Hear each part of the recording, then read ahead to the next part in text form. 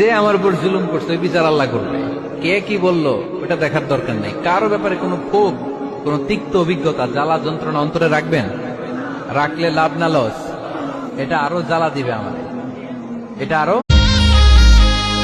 বন্ধুর মতো বন্ধু হইলে, বন্ধুর মতো বন্ধু হইলে, অঙ্গে দিতাম মিশাই